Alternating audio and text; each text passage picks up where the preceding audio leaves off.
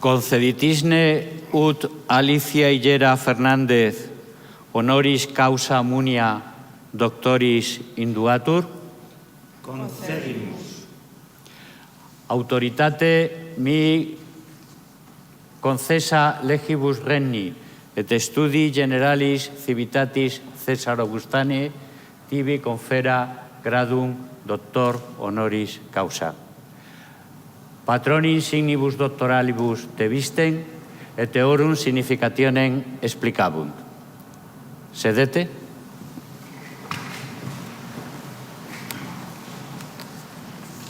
Profesora Alicia Hillera Fernández.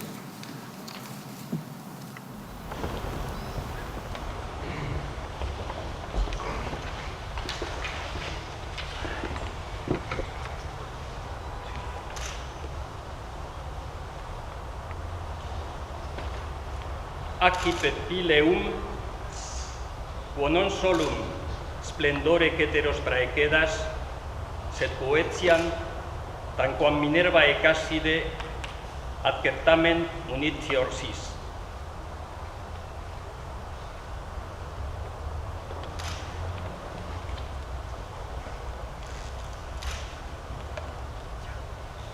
En librum apertum ut scientiarum arcana reseres.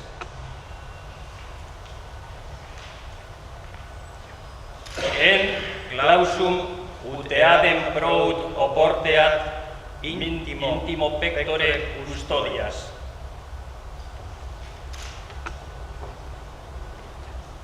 Do tibi facultatem legendi, intelligendi et interpretandi.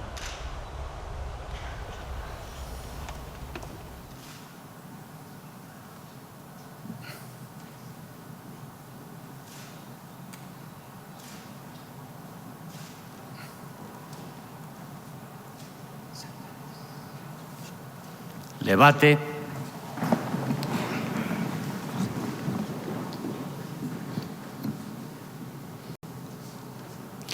Lege promisum novo candidati, novi doctori. Promitis observare ed ad implere omnia et singula quae secuntur. Primo semper et ubique fueris. Jura et privilegia honorem studi generali civitatis Caesar Augustani conservabis, et semper iubabis, favorem auxilium et consilium prestabis, in factis et negotis, universitatis quotiens fueris in requisita,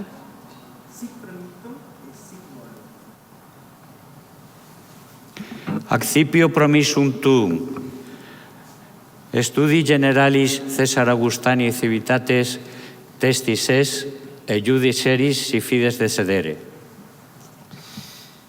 Profesora doctora Alicia Hillera Fernández.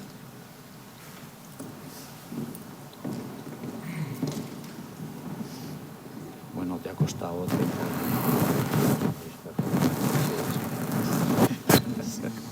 Tu diploma.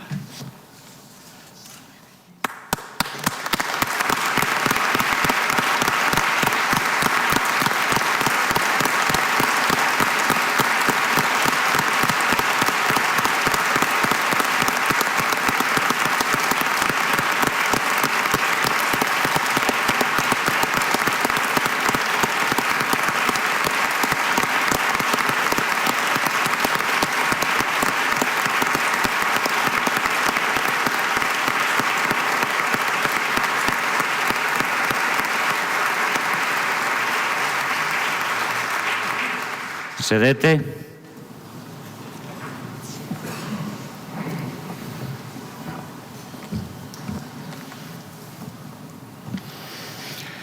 La nueva doctora, que ya era profesora, Alicia Hillera, puede ocupar la cátedra para hacer presentación de su discurso.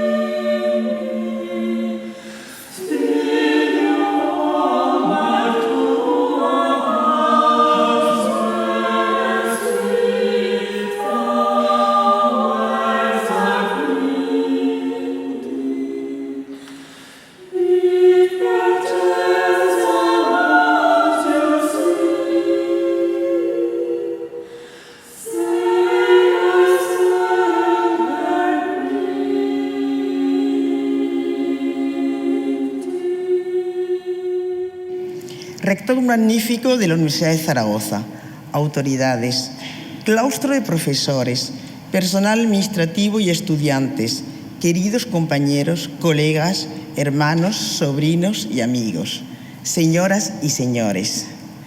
Quiero expresar mi más sincera gratitud a la Universidad de Zaragoza, en concreto a la Facultad de Filosofía y Letras y de modo especial al Departamento de Filología Francesa por el gran honor que me concede otorgándome este doctorado honoris causa. Es para mí una gran alegría volver a formar parte del claustro de esta universidad al que pertenecen tantos discípulos míos de los que hoy mucho puedo aprender. Pasé en esta universidad, en la primera planta del viejo edificio de Filosofía y Letras, unos años inolvidables. Aquí ocupé mi primera cátedra y dirigí mis primeras tesis doctorales. Fueron 2 de mis 3 primeros doctorandos los que hoy me introducen como padrinos en este claustro. A ellos, a los doctores Corcuera y Muela, agradezco este apadrinamiento, así como al doctor Corcuera las muy cariñosas palabras, un tanto excesivas, con las que me ha presentado. Para esta breve disertación académica he decidido volver a tomar el tema de la figura de Don Quijote sobre la escena francesa en tiempos de Luis XIII. Prosigo así una reflexión iniciada hace años sobre las relaciones culturales franco-españolas durante los siglos XVI y XVII, así como también el estudio de la proyección de la obra cervantina en el mundo francés, surgido a raíz de mi colaboración en la gran enciclopedia cervantina redactando la entrada sobre la recepción de Cervantes en Francia. Suele considerarse que en la escena francesa el hidalgo manchego se transforma en un bravucón, en un matamoros grotesco, lo que permite ridiculizar a España en una época de fuerte rivalidad política entre los dos países. Rivalidad entrecortada por breves periodos de acercamiento y entendimiento, uno de los cuales coincide con la aparición de la traducción francesa del Quijote. Tal era la opinión de Maurice Bardon en 1931, también de Marilyn Akerlich 50 años después, o más recientemente de la de Clara Ricosés en 2007, entre otros. Sin embargo, esta afirmación solo es válida en el caso de una mascarada probablemente representada durante el Carnaval de 1632, pero resulta muy discutible e incluso rechazable al analizar la tragicomedia, las comedias e incluso los restantes ballets en los que aparece el hidalgo manchego. Al juzgar así las adaptaciones del Quijote a la escena francesa, no se tiene en cuenta que llevar las tablas a un personaje novelesco de la complejidad de Don Quijote supone simplificarlo, así como tampoco las tendencias predominantes en la escena francesa durante estos años, la posible asimilación de Don Quijote y de Sancho a unos tipos ya tradicionales en el teatro francés, ni la necesaria adaptación al gusto del país receptor. Se olvida igualmente que en mascaradas y comedias españolas, los mismos personajes fueron con frecuencia mucho más ridiculizados, quedando reducidos a tipos grotescos propios de las fiestas de carnaval. Finalmente, si bien se ha visto la decisiva importancia que las novelas ejemplares tuvieron en la evolución de la novela francesa, no se ha tenido en cuenta el papel que pudieron jugar las adaptaciones del Quijote al teatro en unos años en los que se produce una auténtica revolución teatral en Francia. Fuera de España, el personaje cervantino figura muy pronto en celebraciones de diversa índole, como en 1613, durante los festejos organizados con ocasión de la boda de Federico V del Palatinado con Isabel Estuardo, hija de Jacobo I de Inglaterra, para celebrar la entrada de ambos en Heidelberg. En Francia, las primeras apariciones de Don Quijote figuran en ballets y mascaradas. Hay que recordar que los ballets y las mascaradas tenían allí una carga ideológica de la que en general carecían las representaciones españolas semejantes, menos políticas y más morales. En estas poco se hablaba de los países vecinos, mientras que los ballets franceses contenían con frecuencia alusiones a acontecimientos contemporáneos y jugaban un importante papel de propaganda política de la monarquía, una propaganda que no se limitaba a reducido círculo de cortesanos que presenciaban el espectáculo, sino que llegaba a los burgueses parisinos o de provincia a través de diversas relaciones y a partir de 1631 por medio de la Gaceta de Théophile Renaudot, revista gubernamental oficiosa.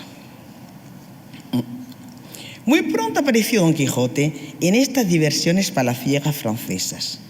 Unos meses antes de que se publicase la traducción de César Houdin de la primera parte del Quijote, los señores de Saint-Igny bailaron el 3 de febrero de 1614, en presencia del joven Luis XIII, un ballet de Don Quijote y de los gatos y de las ratas, del que no se ha conservado el libreto, por lo que solo conocemos los nombres de los personajes que intervenían. Era probablemente un ballet bufo, escasamente relacionado con la historia del hidalgo. El único ballet con Don Quijote como protagonista, cuyo libreto se ha conservado, es la entrada en Francia de Don Quijote de la Mancha, una mascarada publicada sin indicación de lugar ni de fecha. De las alusiones del texto, deduzco que se representó probablemente durante el carnaval de 1632, es decir, durante la época de la llamada guerra encubierta entre Francia y España. Solo en esta obra, Don Quijote es un fantasma de gloria, símbolo de una España que ha perdido su valor y su poder. No faltaron otros ballets en los que la corte francesa se divirtió a expensas de los españoles, pero ya sin que apareciese el ingenioso manchego. El hidalgo figura, en cambio, en otras obras burlescas en las que se exalta a Baco, dios del vino, o se critican las novelas de mayor éxito por esos años, pero en ellas no se le identifica con su país. Don Quijote y Sancho no parecen haber figurado en festejos populares, especialmente en estudiantiles, como figuraron en España. Los personajes cervantinos desfilaron por las calles de diversas ciudades españolas en máscaras a la picaresca, con atuendo extravagante y provocando la risa de los espectadores. Eran en su mayoría mascaradas organizadas por estudiantes vinculados al mundo de la universidad o de los colegios de la Compañía de Jesús, en general con motivo de una celebración de tipo religioso. La beatificación de San Ignacio de Loyola dio lugar a la organización de una mascarada en Salamanca en 1610 y la de Santa Teresa a otra en Zaragoza en 1614 y al año siguiente a una tercera en Córdoba. La mascarada de Zaragoza fue publicada, una excelente edición, de Aurora Ejido con ocasión precisamente del 4º centenario de esta universidad. En ella los estudiantes, disfrazados de Don Quijote y de Sancho, fingían ser cazadores de demonios a los que traían enjaulados y repartieron unos versos que llevaban el título de la verdadera y segunda parte del ingenioso Don Quijote de la Mancha, aludiendo al Quijote de Avellaneda, publicado ese mismo año. La mascarada de Córdoba tuvo la particularidad de representar los desposorios de Don Quijote y de Dulcinea. Don Quijote figura también en fiestas profanas españolas y en jocosos festejos oficiales en América. Uno de ellos, en un pueblecito minero del Virreinato del Perú, en fecha tan temprana como la de 1607. La presencia de Don Quijote y Sancho en un cierto número de ballets de la época de Luis XIII es prueba de su popularidad en Francia, aunque no parece haber llegado esta popularidad hasta el mundo estudiantil como en España. Son mascaradas burlescas en las que los personajes cervantinos no salen demasiado bien parados, como tampoco en las mascaradas españolas de la época. Solo en un ballet, la burla de Don Quijote se extiende a todo su país, lo que tampoco es sorprendente, ya que con frecuencia los ballets de corte tomaban como blanco de sus mofas a los adversarios políticos y en especial a los españoles. Pero en general, tanto en Francia como en España o en otros países, Don Quijote es un personaje ridículo que suscita la risa, aunque también despierta la simpatía.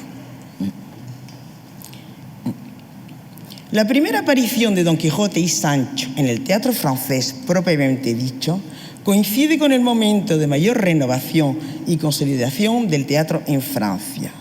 Es obra de Pichou, un dramaturgo no exento de cualidades, aunque poco conocido y prematuramente desaparecido en trágicas circunstancias.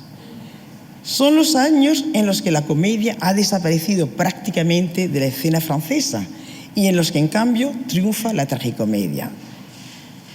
Así, para su obra Las locuras de Cardenio, estrenada en 1628, Pichou recurre a un episodio ya llevado a la escena en España por Guillén de Castro bajo el título Don Quijote de la Mancha, obra publicada en 1616, aunque escrita en 1605-1606, y muy probablemente también anteriormente se había sido llevada a la escena, a las tablas, por los dramaturgos ingleses, y es posible incluso que el propio Shakespeare colaborase en esta adaptación. El tema que encajaba perfectamente dentro de las tendencias de la tragicomedia de la época no es tanto el de la manía libresca o locura por identificación libresca, Don Quijote émulo de Amadís, sino el tema de gran tradición literaria de la locura de amor, muy de moda por esos años, tanto en la novela como en la escena francesa. Don Quijote y Sancho son personajes secundarios que introducen una nota cómica en medio del enredo amoroso. Están grotescamente deformados, de suerte que el hidalgo se convierte en un fanfarrón arrogante y cobarde. Se ha contaminado del tipo del Miles Gloriosus, que al final de la Edad Media y durante la primera mitad del XVI tomaba en Francia la forma del franco arquero de Bagnolet y venía a coincidir con el capitán de la comedia del arte italiana.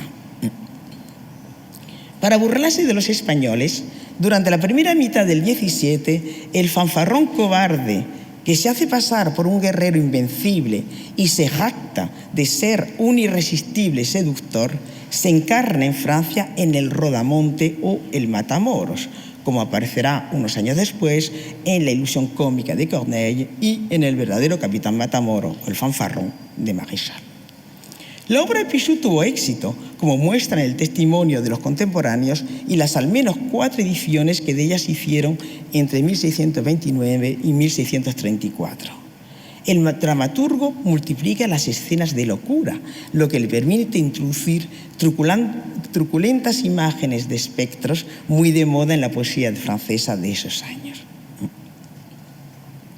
La recreación dramática francesa más ambiciosa de la novela de Cervantes durante el siglo XVII, en cualquier país que sea, es la trilogía de Daniel Guérin de Buscal, Don Quijote de la Mancha, segunda parte, y El gobierno de Sancho Panza, estrenadas las 3 comedias entre 1638 y 1641. Guérin es un dramaturgo mal conocido, al que durante mucho tiempo incluso le atribuyó un nombre equivocado. Lo más interesante de su producción es precisamente su trilogía cervantina. En la primera parte de su trilogía, Guérin vuelve a tomar el mismo episodio puesto en escena por Pichou, pero ha cambiado la situación del teatro francés. La comedia conoce un importante renacer, por lo que Guérin opta por este género. La doble intriga amorosa, tema central de la obra de Pichou, pierde importancia, mientras que ocupan un mayor lugar las hazañas de Don Quijote y Sancho. son los protagonistas involuntarios de diversas farsas y mascaradas organizadas por los personajes cuerdos para divertirse a sus expensas. La trilogía de Guérin, y especialmente la tercera comedia, son obras de teatro dentro del teatro, o al menos de espectáculo interior observado por una parte de los actores, fórmula entonces muy de moda. Si la adaptación dramática impone una reducción simplificadora del personaje del hidalgo, ya no es un matamoros, sino que se identifica con un nuevo tipo, el del visionnaire, es decir, el del extravagante, puesto en escena por Desmarets Saint-Sorlin unos años antes. A la diferencia de la obra de Pichou, Sancho conserva la gracia de su habla popular, plagada de refranes, y al dirigirse a su mujer, remeda el habla rebuscada de Don Quijote a Dulcinea. Fue la tercera obra, titulada El gobierno de Sancho Panza, y en la que el protagonista es el escudero, la que contó con un mayor éxito. Se inspira en los episodios de la ínsula barataria y Guérin acentúa los aspectos cómicos de la novela para hasta transformarla por momentos en una farsa burlesca. Para hacer más divertida su obra, Guérin recurre a la parodia y al pastiche de diversas obras contemporáneas, sobre todo de Corneille, el Cid, Horace, Polioxena, y a diversos procedimientos tomados de Rabelais. Por ejemplo, la acumulación pedante de supuestas autoridades, mejor o peor relacionadas con el tema, las justificaciones paradójicas del robo o del asesinato, siguiendo el procedimiento de Panurgo al justificar sus deudas, o la reducción al absurdo del pensamiento platónico. Por ejemplo, cuando el falso doctor sostiene que la transformación del amante en la persona amada explica